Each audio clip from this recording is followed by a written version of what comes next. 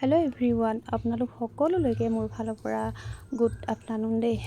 দুপৰীয়া আপোনালোকৰ যা যোগাৰ কেনেকুৱা হৈছে? মই দুপৰীয়া আজি কঁঠালৰ মুচি বনাইছোঁ।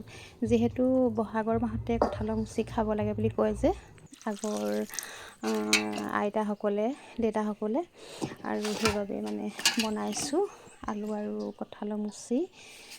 আপোনালোকে আৰু খাই কেনেকুৱা পায়, ভাল পায়নে বাৰু? এইপিনে বন শাক, দালি, বিলাহী এনেকৈ দালিকণ বনাম বুলি ভাবিছোঁ।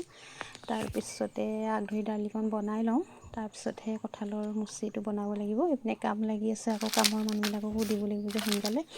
এয়া মছলা নাই বুলি ক'লেও মানুহজনে কঁঠালৰ মুচিত দিবলৈ একদম এগালমান মছলা আনি দিছে নহয়। তাৰপিছত এতিয়া কুটি বাচি ল'লোঁ আৰু এয়া বনাম। এতিয়া দালিকণ হৈ গ'ল, এতিয়া ভাজিকণ বনাই লওঁ। জুইতে বনাইছোঁ, কাৰণ গেছত বনালে বহুত গেছ যায়, গম পায়। মানুহৰ গেছত বনাবলৈ বহুত গেছ দিগদাৰ হয়। সেইকাৰণে মই প্ৰায় জুইতে বনাই ভাল পাওঁ। মোৰ সেইবাবে খৰিও আছে, সেইবাবে জুইতে বনাইছোঁ। আৰু মোৰ ভিডিঅ'টো আপোনালোক যিসকলে চাইছে চালে সকলোলৈকে মোৰ ফালৰ পৰা ধন্যবাদ জনালোঁ। আৰু যদি মোৰ ভিডিঅ'টো ভাল লাগিলে, আপোনালোকে নতুনকৈ যদি চাই আছে মোৰ পেজটো ফ'ল' কৰি দিব বুলি মই আশা কৰিলোঁ। আৰু যদি ইউটিউবত চাই আছে তেতিয়াহ'লে মোৰ ছাবস্ক্ৰাইব এটা কৰি দিব।